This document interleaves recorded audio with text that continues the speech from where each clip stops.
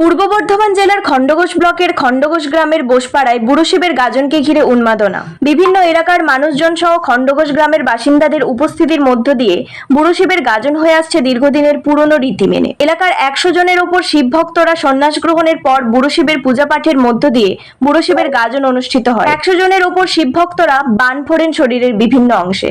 বুড়ো শিবের গাজনকে ঘিরে বিভিন্ন সন্ন্যাসী ও গ্রামের মানুষরা সংসাজেন, যেমন বিভিন্ন সামাজিক বিষয়, পুরনো রীতিনীতি, দেবদেবীদের মতো সেজে সহ বিভিন্ন মজার বিষয়বস্তু তুলে ধরে উপস্থিত মানুষদের আনন্দ দেয়। এই সংসাজার অনুষ্ঠানটি আগে একদিন হতো শুধুমাত্র বাবা শিব আর মা দুর্গাকে নিয়ে, এখন 3 দিন হয়। দূর দূরান্ত থেকে আগত মানুষজনেরা বুড়ো শিবের গাজনকে ঘিরে মাতোয়ারা হয়।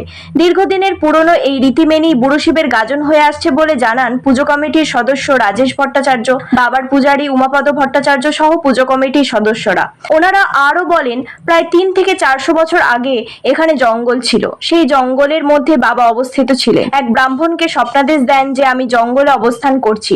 তারপর খণ্ডঘোষের মানুষজন জঙ্গল থেকে বাবাকে উদ্ধার করে সেখানেই মন্দির তৈরি করেন। বিভিন্ন জায়গায় চৈত্র বা বৈশাখ মাসে শিবের গাজন অনুষ্ঠিত হলেও জ্যৈষ্ঠ অথবা আষাঢ় মাসে কমিটির সিদ্ধান্ত অনুযায়ী একটি দিন ঠিক করে খণ্ডঘোষ গ্রামের বাবা বুড়ো শিবের গাজন উৎসব অনুষ্ঠিত করা হয়।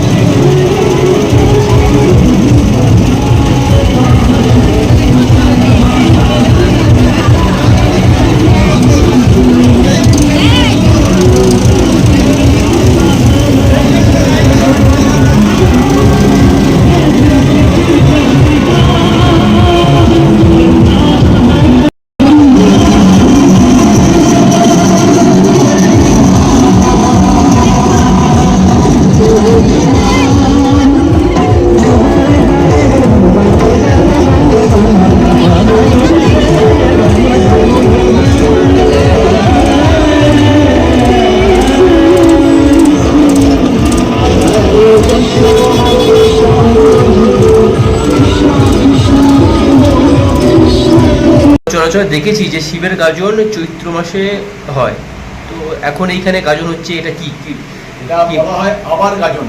আমরা নতুন করে গাজন সৃষ্টি করা হয়েছে।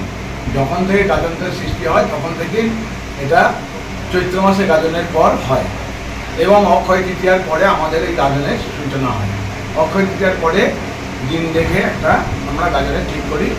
অক্ষয় তৃতীয়ার আগে পর্যন্ত কোনো কিছু হয় না। অক্ষয় তৃতীয়া আমাদের ঘর ওঠার পর বাবা বলছি খণ্ডঘোষ গ্রামে দিয়ে আমরা গাজন তৈরি করি। এরপরে এই বছর ইলেকশন থাকার জন্য আমরা আরও পিছিয়ে নিয়েছি। তার আগে হয় জ্যৈষ্ঠ মাসের প্রথম থেকে আরম্ভ হয়ে যায়। এটা কোথায় হয়? এটা খণ্ডঘোষ গ্রামে বোসপাড়ায়। এর কিছু ইতিহাস আছে? ইতিহাস বলতে বহু পুরনো, প্রায় 300-400 বছরের বাবা বুড়ো শিব এখানে এসে বসেছিলেন। এই জায়গাটা ছিল জঙ্গল এবং জঙ্গলের ঘেরার মধ্যে বাবা এসে বসেছিলেন এবং স্বপ্নাদেশ দেয় যে আমি এখানে এসে বসেছি, আমার যা যা সংস্কৃত হবে সেই থেকে এরকম জায়গাটা হচ্ছে আমাদের গ্রামেরই এক ভদ্রলোকের এবং তারা সেবাই আছেন, আরও 5 জন সেবাই এখানে আছেন। তারা সব এখানে পূজা চালান এবং এখানে কমিটি আছেন। সেই কমিটির মধ্যে রামপ্রসাদ দে হচ্ছে এখানকার ম্যানেজার, এখনকার বর্তমান ম্যানেজার, উনিও থাকেন এবং কমিটির প্রবীণ এক সদস্য দুর্গাপদ রায়, তিনিও এখানে থাকেন, আরও অনেকে আছেন। তারা সব থেকে এই বাবার গাজন আরম্ভ করেন। এখানে গাজন হয় এবং সাড়েঘর হয়। অনেকে খাড়ার মধ্যে বা বগির মধ্যে সন্ন্যাসীরা আসে, তারপরে বান ফোড়া হয়। আগে যে চড়ক হতো, এখন চড়কটা বন্ধ হয়েছে, তাহলে চড়ক পর্যন্ত হয়। আপনার নাম? আমার নাম হচ্ছে উমাপদ ভট্টাচার্য, তার নাম হচ্ছে ক্ষুদিরাম। আপনি কমিটির কে? আমি আপনি কি মানে কমিটি? আমি এখানকার পুরোহিত, আমরা এই সবাই পুরোহিত। আমরা এখানে পূজা আজা করি এবং সারা বছরই পূজা আজা করি। এটা বাবা বুড়োশিব, এর পাশেই আছেন মা রক্ষাকালী, আমাদের খণ্ডঘোষ গ্রামের অধিষ্ঠাত্রী দেবী মা রক্ষাকালী। ভাদ্র মাসের মাঠের কালী ওই অমাবস্যায় পুজো হয় চতুর্দশীর পর। গাজনটা প্রায় কত বছর দেখছেন? দেখুন, আমার তো এজটা হলো প্রায় 9 করে 39-40। আমি এই এত বছর ধরেই গাজনটা দেখে আসছি। এই গাজনকে ঘিরে কোনো মানে স্মরণীয় কিছু আছে কিনা তোমার? হ্যাঁ, গাজন মেনলি যেটা হয় যে বিভিন্ন জায়গায় যে সমস্ত গাজনগুলো অনুষ্ঠিত হয় সেখানে সন্ন্যাস গ্রহণ থেকে বা ভক্তদের বান ফোড়া এগুলো তো থাকেই, কিন্তু আমাদের এখানে গাজনের একটা বিশেষত্ব হচ্ছে যে গাজনটা শুধু গাজন নয়, গাজন উপলক্ষে এখানে যাত্রাও যেমন হয় তেমনি প্রায় 9 করে 100 থেকে 150 জন বান ফোড়া হয় এবং সন্ন্যাস গ্রহণ করে সেরকমই 100 থেকে 150 জন সন্ন্যাস গ্রহণও আছে। এবছরও তাই 100-র ওপর সন্ন্যাস গ্রহণ আছে। আর মেনলি যে বিশেষত্ব সেটা হচ্ছে সং, মানুষকে সাজিয়ে মানে প্রত্যেকটা পাড়ার একটা থিমকে সাজিয়ে নিয়ে বের হয়। সেটা কোনো পৌরাণিক হতে পারে, কোনো ঐতিহাসিক হতে পারে, কোনো মডার্নের সিনেমা ঘটিতও কোনো হতে পারে। তাই সংটার একটা অনুষ্ঠিত আছে। প্রথম দিন হয় বাবা বুড়োশিবের সং। আগে হতো শুধু বাবা বুড়োশিবেরই একটাই কামড়া হতো, সং বের হতো, সেটা শিব দুর্গা। এখন হচ্ছে মেনলি 3টে পাড়া একসঙ্গে জুড়ে একই দিনে বাবা বুড়োশিবের সংটা হয়। সেখানে শিব দুর্গার উপর থিম হয়, শিব দুর্গার বিভিন্ন পাঠ করে, কখনো শিব কখনো শিব দুর্গা একসাথে। তারপরের দিন থেকে শুরু হয় এক একটা পাড়ার। প্রথম দিন পরে আমাদের রায়পাড়া, দ্বিতীয় দিন পরে ভট্টাচার্য পাড়া, তৃতীয় দিন পরে বোসপাড়া যেখানে শিব মন্দিরটা আছে। তো এইভাবে 3টে পাড়া অনুষ্ঠিত হয়। গাজনটা একটা খণ্ডঘোষ গ্রামের বোসপাড়ায় যে শিব মন্দির আছে, বাবা বুড়ো শিব মন্দির, সেই বুড়ো শিব মন্দিরের শিবের গাজন।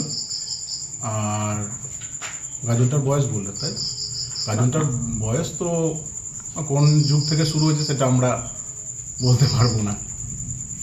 আমার নাম পরিচয়? হ্যাঁ, আমার নাম হচ্ছে রাজেশ ভট্টাচার্য, আমার বাড়ি হচ্ছে রায়পাড়া, খণ্ডঘোষ গ্রামের রায়পাড়া।